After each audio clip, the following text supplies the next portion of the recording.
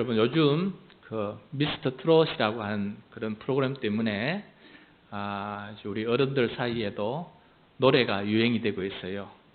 TV를 틀면은 젊은 아이돌의 노래 때문에 가사도 이해도 못하고 내용도 이해하기 못하고 따라 부를 수도 없는 그런 노래가 우리 프로그램을 지배했는데, 이제는 우리가 부를 수 있는 노래, 또 과거에 많이 불렀던 노래들, 그런 것들을 이제 부를 수 있는 프로그램이 진행되다 보니까 많은 사람들이 시청하고 그 노래를 통해서 또 힘을 얻고 있는 것 같아요. 여러분, 우리는 왜 노래를 하는 것일까? 왜 우리는 노래를 하는 것일까? 무엇보다도 노래는 박자가 있기 때문입니다. 그 다음에 높낮이가 변화가 있고 강약이 있고 길이가 짧고 긴 장단이 있어요. 이러한 멜로디와 리듬을 타게 되면은 우리의 마음에 건조한 우리 마음과 차가운 우리 영혼이 다시 살아나기 때문에, 그래서 멜로디와 리듬이 있는 이 노래를 부르게 돼요. 거기에다가 내 마음에 와닿는 가사까지 함께 어우러지게 되면은 한 곡 부르고 나면은 스트레스가 해소되기도 하고 내 마음의 기쁨이 회복되기도 하고 또 감동을 받아서 눈물을 흘릴 때도 있고 또 마음의 치유를 경험하기도 합니다. 그래서 우리는 노래를 부르는 것 같아요. 찬양도 마찬가지입니다. 예전에 우리 최 목사님을 통해서 새로운 우리 찬양 한 곡을 배웠는데, 그럼에도 불구하고 라는 찬양이 오늘 우리 찬양 시간에도 함께 또 부르게 되었는데, 이 후렴구가 이렇게 돼요. 그럼에도 불구하고 날 사랑하시는 내 하나님의 사랑은 나의 모든 걸 덮고. 이 찬양을 배우고 찬양을 할 때 새로 배운 노래이지만은 참 은혜가 되었어요. 간단한 멜로디예요. 마치 트로트처럼 우리는 또 이렇게 나이가 좀 들면은 복잡한 거 하면 은혜가 안 돼요. 좀 간단하면서 이게 가사가 좋아야 돼요. 그래서 이제 이 노래를 보고 참 은혜가 되어서 노래를 부르게 됐는데, 저녁 예배를 마치고 저녁에 집에 이제 들어가게 됐는데, 둘째 아들이 자기도 모르게 자기 입에서 갑자기 그럼에도 불구하고 날 사랑하시는, 자기도 왜 갑자기 그 노래가 나왔는지 모르게끔 입이 툭 튀어나와서 노래를 부르는 거예요. 야, 그 노래 어떻게 부르냐? 모르겠다는 거예요. 그러다가 다른 일을 하다가 또 딸이 또 갑자기 자기 입에서 그럼에도 불구하고 날 사랑하시는, 갑자기 노래를 부르는 거예요. 신기하다. 노래라는 게 참 신기하다. 자기도 의식하지 못한 순간에 이런 노래가 나오게끔 만드는 거구나. 신기했어요. 참, 그걸 하다가 이제 저녁에 이제 누워서 제가 이제 잠을 자려고 침대에 누웠는데 제 입에서 갑자기 그럼에도 불구하고 날 사랑하시는 그 찬양이 나오는 거예요. 그래서 이렇게 찬양은 우리의 마음의 갈급함을 나도 모르게 드러내고 있다라는 것을 깨닫게 되었어요. 내가 의식하지 못하지만 나의 마음 깊은 곳에는 이 찬양과 이 가사가 필요했구나. 나도 모르는 사이에 그 노래가 나왔다는 것은 내 마음의 깊은 곳에는 영적 갈급함이 있는데, 그 갈급함을 채워주기 위해서 나도 모르는 사이에 이런 노래들이 튀어나오게 되었구나 라는 것을 깨닫게 되었습니다. 그래서 그럼에도 불구하고 날 사랑하시는 하나님이 우리 가족 모두에게 필요했던 것 같고, 또 우리 모든 가족의 영혼을 그렇게 달래주고 있었다라는 사실을 깨닫게 되었어요. 오늘 말씀은 아주 오래된 감사 찬양 한 곡을 우리들에게 소개해주고 있습니다. 먼저 이 찬양을 하게 된 배경, 그리고 어떤 사람들이 이 찬양을 하게 되었는지를 우리들에게 알려주고 있는데, 1절 말씀. 자, 그날에, 지금이 아니고 미래의 어느 날을 말해요. 그날에. 특별히 오늘 1절 말씀을 보면은 주의 진노가 끝나고 주의 안위가 시작되는 날이에요. 주의 진노를 왜 겪었냐면은 죄악 때문에 하나님께서 내린 주의 진노 때문에 징계를 받고 있었어요. 이 주의 진노가 끝나고 주의 안위가 시작되는 그날에 이 노래를 부르게 된다는 것이에요. 하나님의 위로는 하나님의 진노로 말미암아 애통하는 시간을 건너뛸 수가 없어요. 우리는 죄값을 치러야 돼요. 그렇기 때문에 이 진노와 이 애통의 기간은 내가 정하는 기간도 아니에요. 하나님이 족하다 할 때까지 그 기간은 정해져 있고 그 기간을 채워야 된다라는 것을 보게 돼요. 그래서 이사야는 지금 당장이 아니고 그날이다라고 말하고 있어요. 그날이 언제일지는 모르지만은 하나님께서 멈추시는 그날에 주의 진노는 영원하지 아니하고 끝이 있고 그 끝 뒤에는 주의 안위, 놀라운 하나님의 위로가 기다리고 있다라는 것을 우리들에게 보여주고 있어요. 그 안위의 날이 이르면 주님께 우리의 영혼이 감사하게 찬양하게 될 것인데 그 징계와 애통함이 얼마나 컸든지 이 감사 찬양이 얼마나 진지하고 얼마나 기쁜 찬양이 될 것인지를 우리들에게 가르쳐주고 있어요. 그것이 바로 2절입니다. 2절. 보라, 하나님은 나의 구원이시라. 내가 신뢰하고 두려움이 없으리니 주 여호와는 나의 힘이시며 나의 노래시며 나의 구원이심이라 라고 찬양을 하고 있습니다. 찬양 가사를 보면은 참으로 감사와 또 감격의 고백이 그 속에 농축되어서 담겨져 있다라는 것을 보게 됩니다. 미래 어느 날에 부를 이 찬양이지만은 사실 이 찬양은 과거 어느 날에 불렀던 찬양이에요. 그러므로 아주 오래된 찬양이다. 우리가 유명한 아리랑처럼 이스라엘 민족과 함께 흘러온 오래된 찬양의 가사예요. 이사야가 태어나기 전 한 500년 혹은 600여 년 전에 이스라엘 백성들이 큰 구원을 경험하게 되었고 그 구원을 경험한 다음에 불렀던 찬양의 가사입니다. 이스라엘 백성이 430년 동안에 애굽에서 이민자의 삶을 살았어요.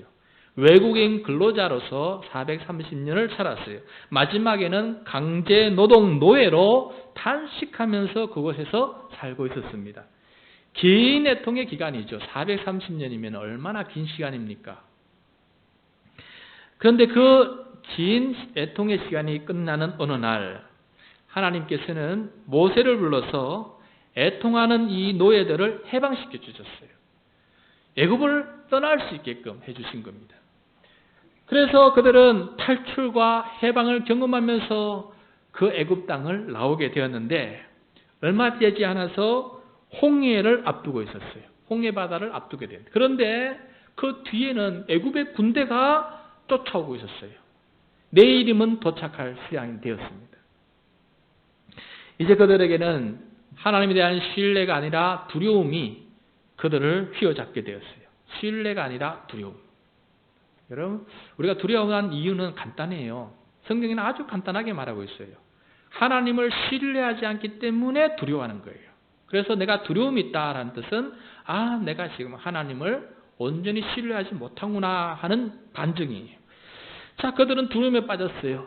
그리고 그때 그들에게 하나님께서 다시 한번 구원의 역사를 펼쳐주게 되는데 하나님은 모세의 지팡이를 홍해를 때리게 했어요. 그러자 홍해 바다가 갈라지게 됐어요.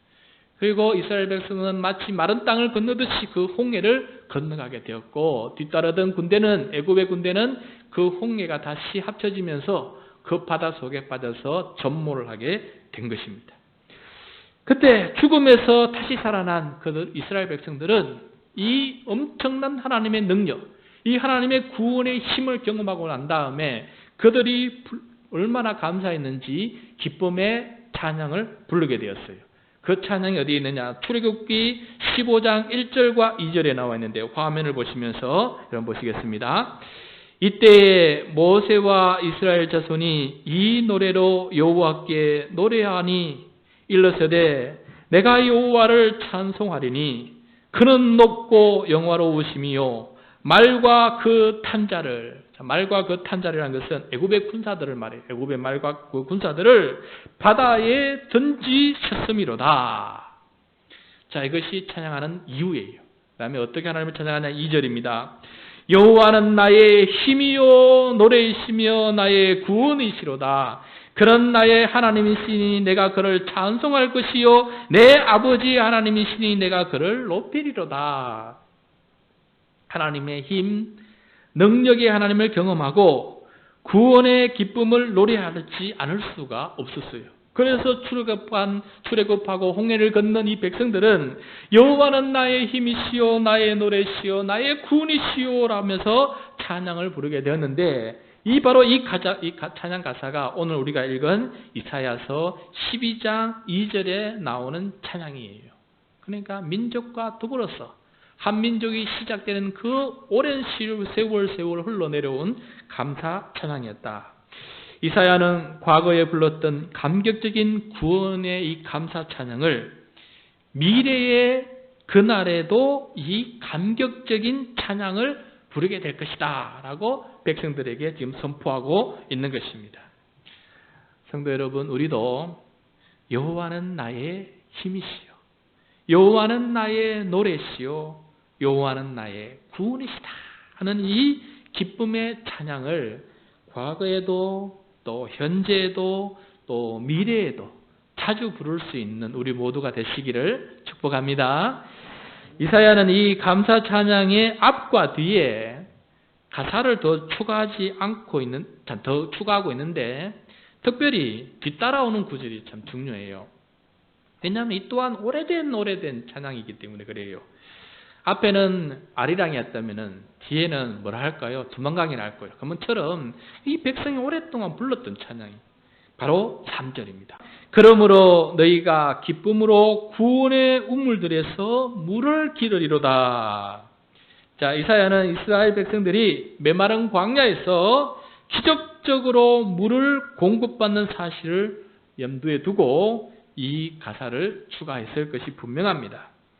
이스라엘 백성들이 40년 광야의 긴 시간을 거의 다 끝내고 거의 한 38년쯤 되었을 때의 일이에요. 그들이 이 광야의 기간, 하나님의 이 진노의 기간, 그리고 이 애통의 기간을 끝나는 어느 시점, 곧 끝날 시점이 되었어요. 부엘이라는 땅에 도착하게 됐는데 거기서 그들은 기쁨의 우물 노래를 부르게 되는 것입니다. 민수기 21장 16절 17절 말씀인데 화면을 보시면서 제가 봉독하겠습니다. 거기서 부엘에 이르니 부엘은 여호와께서 모세에게 명령하시기를 백성을 모으라 내가 그들에게 물을 주리라 하시던 우물이라. 그때에 이스라엘이 노래하여 이르되 우물물아 솟아나라 너희는 그것을 노래하라 라고 말하고 있어요.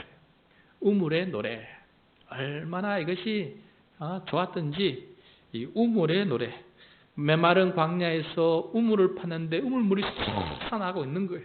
이 우물물을 보라보면서 얼마나 기뻤는지 우물물아 솟아나라 하면서 그들이 노래를 부르게 되었는데 이사야는 마치 그와 같은 기쁨의 우물의 노래를 그날에 다시 부르게 될 것이다 라고 말씀하고 있습니다. 자, 이렇게 아주 오래된 두 찬양을 떠올리면서 이사야가 기다리던 구원이 무엇이느냐. 우물 앞에 구원의 우물이라고 되어 있어요. 그러면 이사야가 그때 당시 기다리고 있었던 구원이라는 것은 무엇이었을까? 바로 아수르 제국으로부터 해방되는 것이에요. 아수르 제국의 노예로 살아가고 있었는데 아수르 제국으로부터 해방되는 것이고 그 다음에 아수르 제국에서 멸망을 당했어요. 그래서 많은 백성들이 아수르의 수도 니느웨로 끌려가게 되었어요. 그래서 끌려갔던 그들이 다시금 돌아오는 것이 구원이에요. 다시금 돌아와서 예전의 우물에서 그 물을 길어 올리는 것, 그래서 평안히 살아가는 것, 이것이 바로 이사야가 기대하는 구원이었습니다. 그리고 아수르 제국에 그렇게 고통을 당할 수밖에 없었던 이유, 바로 그들은 우상을 숭배하게 되었어요. 그래서 이제는 우상 숭배를 중단하고 오직 여호와 하나님을 예배하며 사는 때에 하나님께서는 이 모든 새로운 길을 열어주시게 된다는 것을 기대하고 있었어요. 이사야가 기다린 구원은 바로 그것이었는데 그러나 그날이 언제인지는 알 수 없으나 그날이 되면 이스라엘 백성들은 주의 진노가 아니라 주의 안위를 경험하고 기쁨에 감사 찬송을 하게 될 것이다 라고 말씀하고 있습니다. 자, 그러면 이사야가 말한 그날, 이 기쁨의 구원의 노래를 부르는 날이 언제 이루어졌을까? 바로 예수님께서 사마리아 땅에 들어가심으로 성취하게 되었습니다.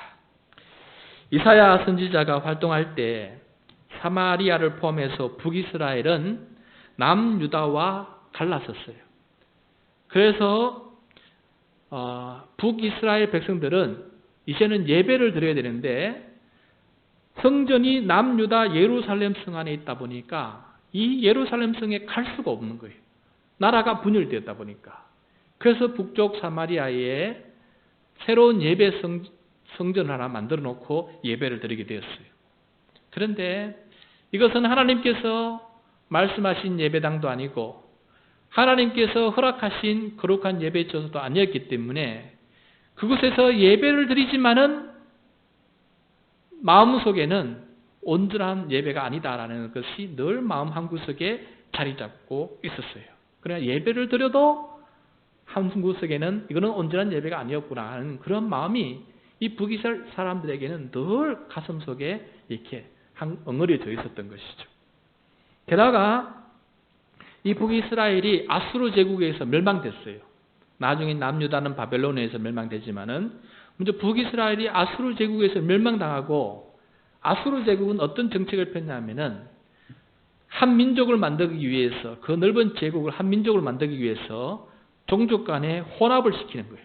그래서 사마리아에 있던 사람 유대인들을 붙잡아서 아수르 수도 니느웨로 보내고 니느웨에 있던 아수르 사람들을 붙잡아서 강제 이주시키는 거죠. 사마리아 땅에 와서 살게 했어요. 여러분 특별히 이스라엘 백성들에게는 한 종족이 혼혈이 된다는 것은 있을 수가 없는 일이에요. 그런데 아수르 사는 사람들이 와서 자기 신을 들고 와서 사마리아에서 살게 되죠. 그리고 이 유대인들 사마리아 유대인들과 결혼하게 되고 자녀를 낳게 되는 거예요. 혼혈이 된 거죠. 그 영적으로도 혼혈되고 육신적으로도 혼혈이 되는 일이 벌어지게 되었어요. 그래서 예루살렘의 유대인들은 사마리아 사람들을 경멸하고 멸시하고 이방인들 취급을 하게 되었고 그들이 드린 사마리아 성전을 하찮게 저게 무슨 예배냐라고 멸시하고 살았어요. 그리고 나중에 이사야의 그 고대처럼 아수르로 붙잡혀갔던 사람들이 나중에 이제 사마리아로 돌아오는 그런 일이 있었어요. 그렇지만 돌아와 봤지만은 기쁨의 구원의 찬송을 할 수가 없어요. 사마리아 와 보니까 다 혼합이고 또 성전은 그대로고 백성들은 여전히 멸시당하고 있는 그런 버림받은 땅이 바로 사마리아이기 때문에 그 구원의 그날의 그 구원의 기쁨을 찬송할 그런 기회를 아직까지 얻지 못하고 있었어요. 이러한 때 예수님은 이 사마리아 땅에 들어가게 되셨고 사마리아의 어느 우물에서 그 우물의 이름은 야곱의 우물이라고 되어 있어요. 그 우물에서 사마리아의 한 여인을 만났습니다. 이 여자는 오랫동안 힘겨운 삶을 살았어요. 가정이 제대로 이루어져서 행복한 가정을 만들려고 다섯 번 이상 남편을 바꿔가면서 살아봤지만은 여전히 실패하고 온전한 가정을 이루지 못하고 사는 그런 처참한 한 여인이었어요. 물을 길러 온 이 여인에게 예수님은 우물물 좀 달라라고 부탁을 하게 돼요. 그러자 이 여자는 어찌해서 예루살렘 유대인이 이 사마리아에 사는 여인에게 물을 달라고 그렇게 말할 수 있느냐? 당신은 우리를 멸시하고 천대했는데 어떻게 내가 주는 물을 먹을 수나 있겠느냐? 어찌 달라 하느냐라고 이렇게 말을 하게 되죠. 그때 예수님은 당신이 내가 누구인지를 알았다면은 오히려 당신이 나에게 물 좀 달라라고 했을 것이다라고 말합니다. 물론 여기서 예수님이 말하는 물은 우리의 입술을 해갈을 하는 물이 아니라 우리의 영혼을 해갈하는 생명의 물이 있죠. 생명수죠. 근데 아직까지 여인은 그 말을 이해하지 못했어요. 그래서 이 여인이 예수께 말합니다. 아니 내가 당신은 우물에 물을 풀 수 있는 그릇도 없고 당신은 뭐 갖다고 이미 가지고 있는 물도 없는데 내가 뭐하러 당신한테 물을 달라고 말하겠느냐. 웃긴다라는 투로 말을 하게 되었어요. 그때 예수님이 이렇게 대답합니다. 요한복음 4장 13절 14절은 제가 화면에 준비했어요. 요한복음 4장 13절 14절 예수께서 대답하여 이르시되 이 물을 마시는 자마다 다시 목마르느니와 내가 주는 물을 마시는 자는 영원히 목마르지 아니하리니 내가 주는 물은 그 속에서 영생하도록 솟아나는 샘물이 되리라 라고 말하고 있어요. 그때 여자는 그런 물이 있다면 마실 수 있게 좀 주세요. 그러면 제가 다시는 목마르지 않고 또 이 우물물에 와서 물을 길지 않아도 좋으니 얼마나 좋겠습니까? 그런 신비한 물이 있다면 좀 주세요. 그러나 여자는 이때까지만 해도 이 예수님이 엉뚱한 사람이고 헛소리하는 사람으로 괜히 여자 찝쩍거리는 사람으로 생각하면서 퉁명스럽게 그렇게 대답했습니다. 그러자 이제 예수님은 이 여자에게 네 남편 좀 불러오라 라고 이제 요청을 하게 돼요. 그러자 이 여자는 놀랍게도 자기의 모든 형편을 그대로 고백을 하게 돼요. 남편이 없다라고 돼요. 나는 남편 없어요. 그러자 예수님은 지금까지 남편이 5이나 있었고 지금 있는 사람은 네 남편이 아니니 없다는 말이 맞다라고 하시니까 그제서야 이 여자가 이 남자를 범상치 않는 사람으로 보기 시작했어요. 자신의 과거의 모든 삶을 속속들이 다 알고 있는 그리고 현재의 삶을 다 알고 있는 예수님이 신기했어요. 그래서 이 여인은 예수님을 당신은 예언자입니다. 당신은 예언자입니다. 라고 이렇게 말하게 돼요. 그러면서 이 여자가 갑자기 예배에 대해서 예수님께 질문을 합니다. 놀라운 질문이에요. 이 여자의 입에서 예배에 대한 질문이 나올 수 있을까? 어쩌면 예수님도 상상하지 못했을 수도 있어요. 어떻게 이 사마리아 여인 입에서 예배에 대한 질문이 나올까? 이 여자는 말합니다. 우리 사마리아 조상들은 이 사마리아 산에서 예배를 하였는데 당신들은 예배할 곳이 예루살렘 성전이다라고 늘 말해왔습니다. 사마리아 사람들은 이 예루살렘 사람들에 비해서 경건치 못한 사람으로 늘 열등감을 가지고 살아갔고 영적으로 늘 빈곤한 가운데 살아갔다라는 것을 보게 됩니다. 이러한 여자에게 예수님은 사마리아도 아니고 예루살렘도 아니고 예배는 어디서 하느냐가 중요한 것이 아니라 어디서든지 영과 진리로 예배하는 것이 중요하고 그렇게 예배할 때가 그날이 이제 이르렀다라고 그 여인에게 선포를 하는 것입니다. 이 여자는 이 이사야가 말하는 그날을 기다리고 있었던 사람이에요. 그리스도가 오셔서 사마리아 사람들도 기쁨으로 이 구원의 우물물을 깃는 날이 있게 될 것이다 라고 기다리고 있었던 거예요. 그러자 이 여자가 예수님에게 말합니다. 그리스도가 오면은 그것을 가능하게 할 것이라고, 그것을 우리에게 가르쳐 줄 것이라고, 우리는 그리스도를 기다리고 있습니다 라고 이 여인이 예수님께 말을 합니다. 그러자 예수님은 내가 바로 그리스도다 라고 알려주게 돼요.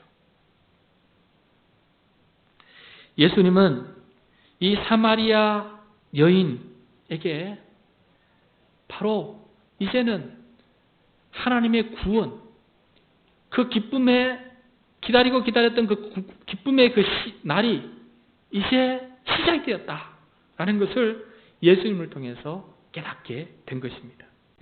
사마리아 동네로 돌아가게 돼요.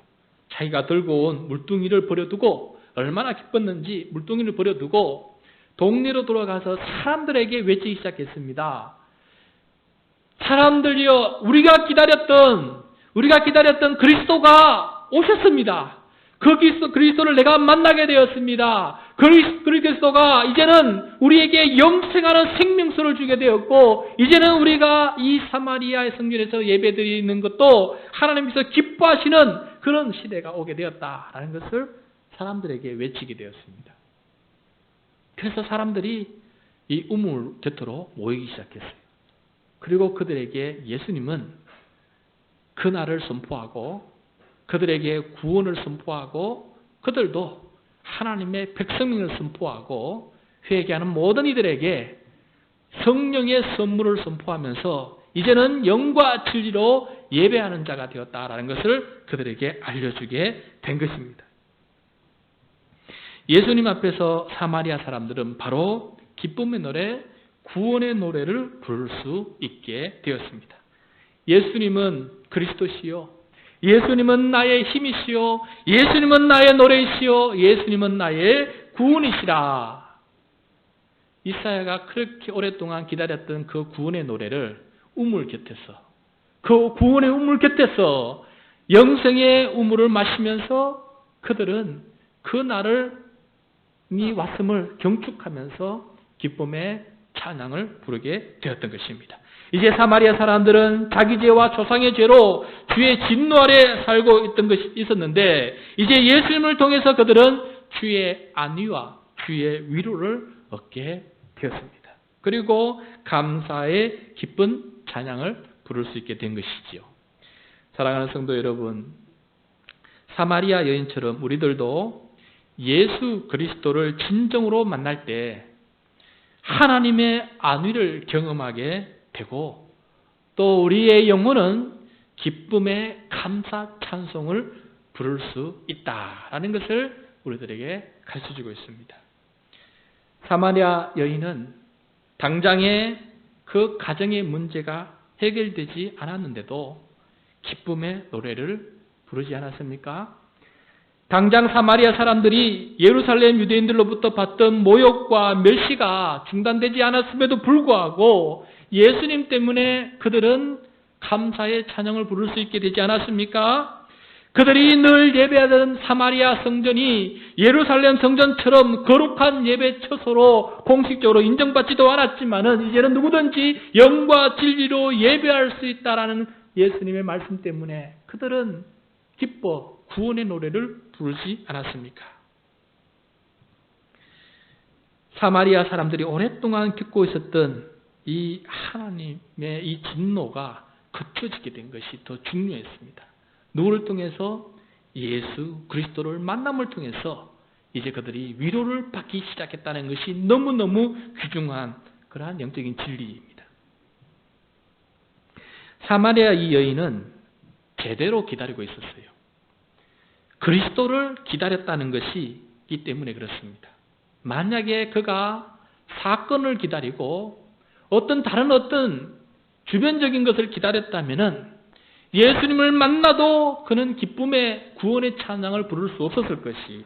그런데 사마리아 여인은 사람을 기다리고 있었어요. 그리스도를 기다리고 있었어요. 그 그리스도를 만남으로 말미암아서 영적을 해결하게 되었고 영혼의 기쁨을 얻게 되었기 때문에 그는 이사야가 700년 전에 선포했던 이 구원의 찬양을 그 우물 곁에서 부를 수 있었던 것입니다.